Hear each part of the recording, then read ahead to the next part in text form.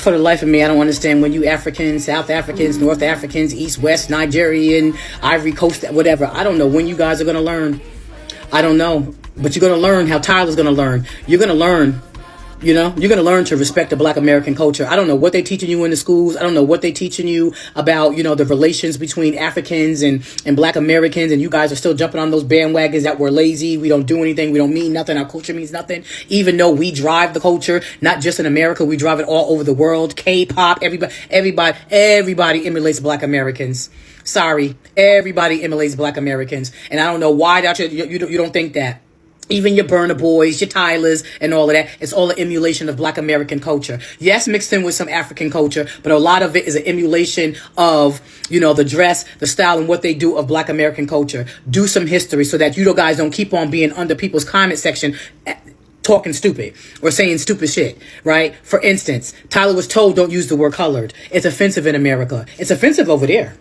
In Africa too, but that's fine. If you guys want to be considered colored and that's what you guys want to call yourself, that's fine. If she doesn't want to say that she's mixed race or she doesn't want to say that she's Black because she's mixed race, that's fine too. She was told by Black Americans, listen, if you want our support, don't use the word colored because we don't go by that. She's like, well, that's what I am. Sorry. And so was the fans, right? The fans was more or less like, she doesn't need you guys. We got her. We'll support her. Very good. You continue to do that because over here in Black America, we're going to go ahead and give her less than 4,000 albums or units sold. Since you want to violate. Now, maybe you're confused because we still have the NAACP and their little slow asses or whatever still calling themselves colored, right? Because they act like it's a big deal to say NAABP, National Advancement for the Association of Black People. It's just, you're just changing the letter. So we don't understand why they're still calling themselves colored. But we do not call ourselves colored over here. It's derogatory and it's defensive. And we said that. You guys are going to get enough of coming from another country, coming into America, right? Believing what everybody's telling y'all about us being lazy and about us being, no work ethic, about us being criminals, et cetera, as if you guys don't have crime in South Africa, as if you guys don't have crime in all of Africa. Right? Or any other country doesn't have it. You're going to get enough of that. You're going to get enough of pretending that the world isn't driven by Black American music. You're going to get enough of being on the people's comment section talking about some y'all just jealous of Tyla. Who is jealous of Tyla? Do you know how many stars Black Americans produced? I mean, we're talking about the main one that spread it all out. And why you have even K-pop and NSYNC and everybody else, Michael Jackson. All we have to do is throw Michael Jackson in everybody's face, and then we can just shut up for the rest of our lives. But we can continue. We can say Michael Jackson, Janet Jackson, Beyonce, Rihanna, Whitney, Stevie Wonder. We can go on and on and on. So us being jealous of Tyla, we're not going to do that. Now, we probably can't claim too much Rihanna because Rihanna, is from Barbados or whatever. But even her, she knows to respect the Black American culture. It's you South Africans who are like, we don't care. She can still say color. She's not Black. If she doesn't want to say that she's Black, she can say whatever she wants to. She can go ahead and call herself or whatever. We got her. We support her. Great. We're going to show you how much our Black dollars matter because they didn't tell you that. They didn't tell you that in your class, in your economic classes over in Africa. That the Black dollar over here run shit. We spend trillions of dollars, and trust me, not all of the reason why we spend trillions of dollars is it good, right? Cars and all that, whatever, right? Jewelry and stuff like that. We spend trillions of dollars in this economy, and we do drive the culture in America and around the world. And that's why Tyla right now is sitting on less than 4K views. So you guys keep on taunting, right? You guys keep on acting like we don't matter. Our opinions don't matter. Our voices don't matter. And we can show you better than we can tell you. So maybe now she could be the UK star or the African star you guys want her to be. But don't play Black Americans and act like we don't matter. Our opinions don't matter. All she had to do was stop calling herself colored. That's all she had to do was respect the Black plate over here in America, and she chose not to do it. So sit on it, and so can the rest of her South African supporters too. Okay? In South Africa, my race is called colored, and it's a very stressful term to use in America because I know it's a derogatory term. Right. But I mean that's what we are called. Right. In South. Not once in that video did Tyla expect Black Americans to refer to her as colored. All she did in that video is just let you know that in her culture, this is what she's referred to, respectfully too. And also considering, she was very considerate. She mentioned that that word is a funny word in America. But yet, Black Americans have ran with this and have made it something that it's not. We have been forced as Africans to learn about American history, Black American history. We have been forced to educate ourselves on slavery in your country, okay? In schools, on social media, we have had no choice. So we know about your history. We learn about your history. But you guys don't know anything about us. And this goes to show that you're not even willing to learn. You call yourself African, but you know nothing about us. And when we try to educate you, you throw it in our faces and you take complete offense to it. Nobody's saying that you should refer to yourself as colored, or that Tyler is expecting you to refer to her as colored, or that any of us are expecting you to refer to any of us as colored. I'm not colored, firstly, I'm Black. But you'll never know. You'll assume that I am, maybe sometimes. In South Africa, they would assume that I am sometimes. But I will say, no, I'm Black. And the conversation ends there, because we know our history. It's not only South Africa that uses the term. They use it in Namibia. They use it in Mozambique. They use it in Angola. Have you ever heard mulatto? It's the same thing. There is an artist called Mulatto who had to change her name to Lato. Why? Because Black Americans were offended. Offended of African culture and language. So now we had to conform to your ways once again, because you guys don't respect our culture and our language, and you're not taking the time just to educate yourself a little bit on our history and on our culture. And that's all we are asking of you.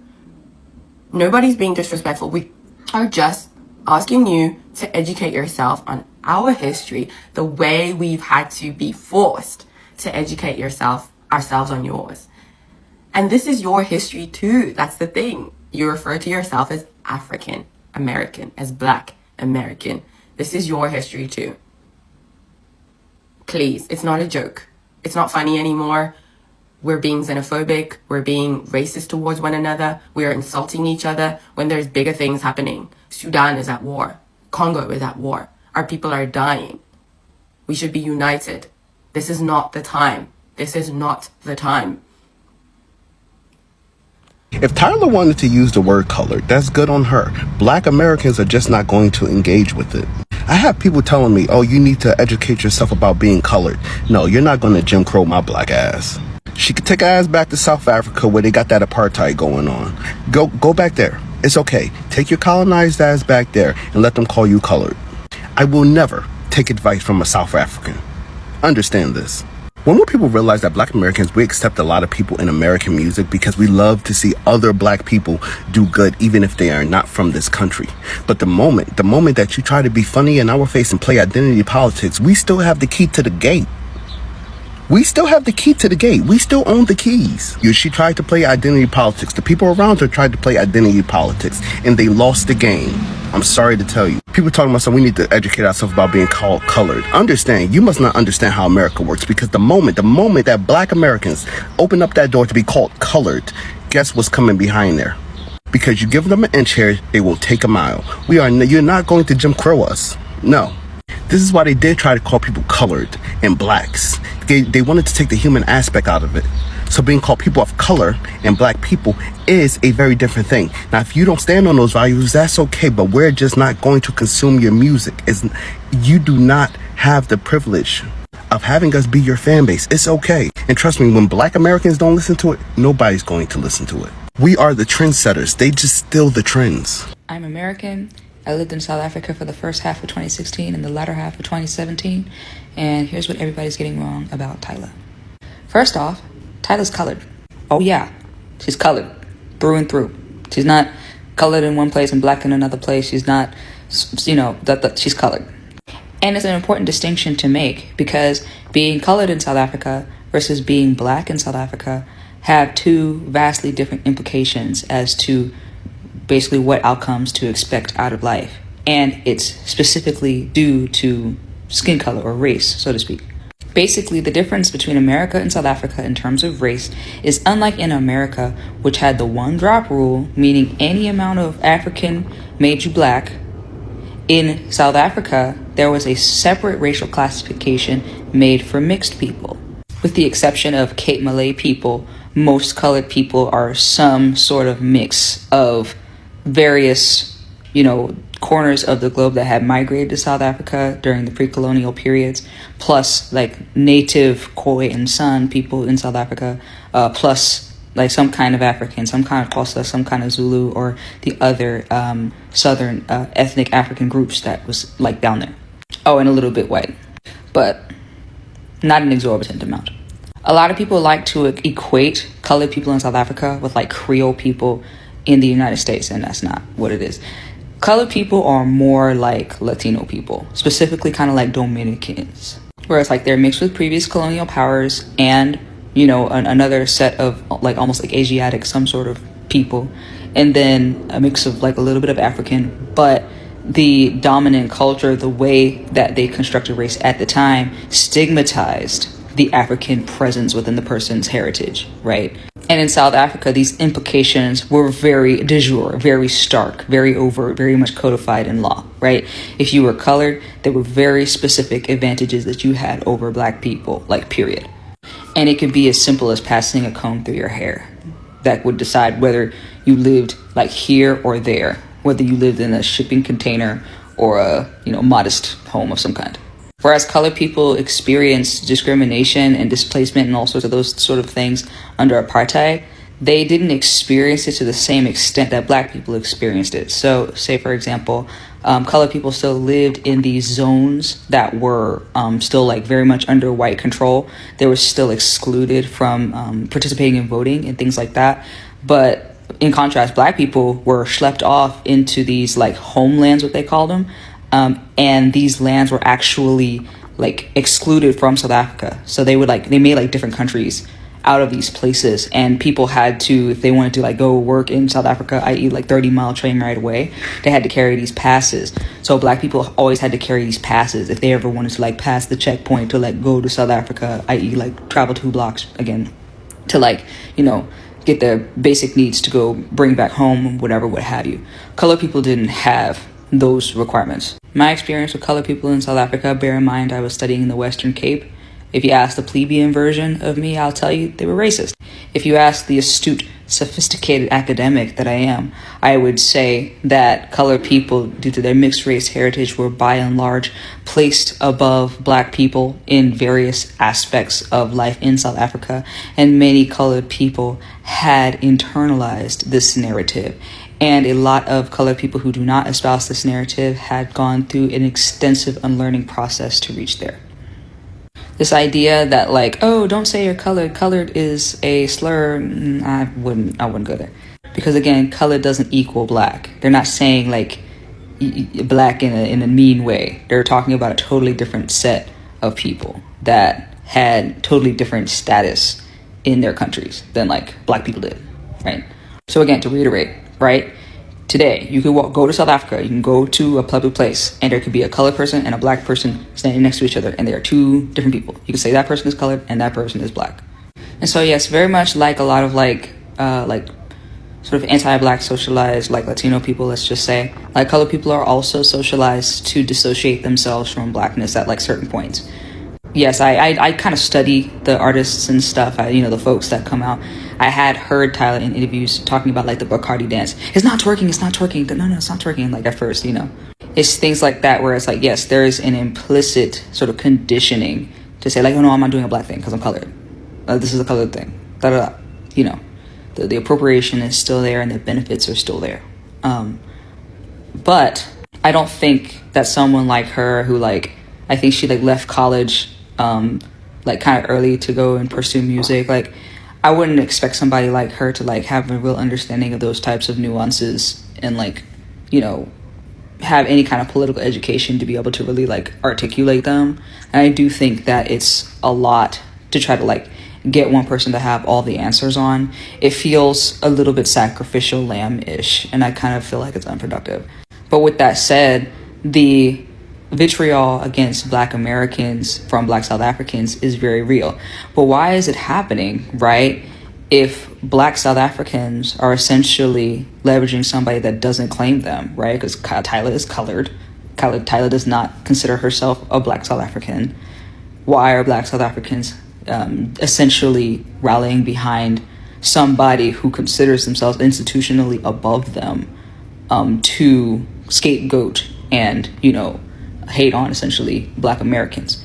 Well, rumor has it, at least at the time that I was there's a tiny little narrative going around in South Africa where there's essentially an inroad for Black Americans to be classified as colored in South Africa. Now, if Black Americans were considered tantamount to colored South Africans, that was spelled TROUBLE for Black South Africans. I could see the massive frustration there. Like, I think that's where a lot of the xenophobia comes from. It's like, you got these folks that, I see how Black Americans are represented in the world.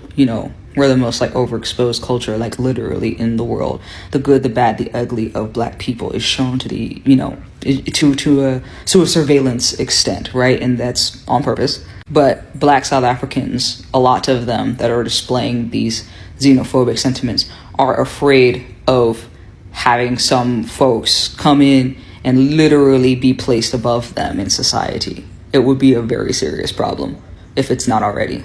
I haven't been there in a few years.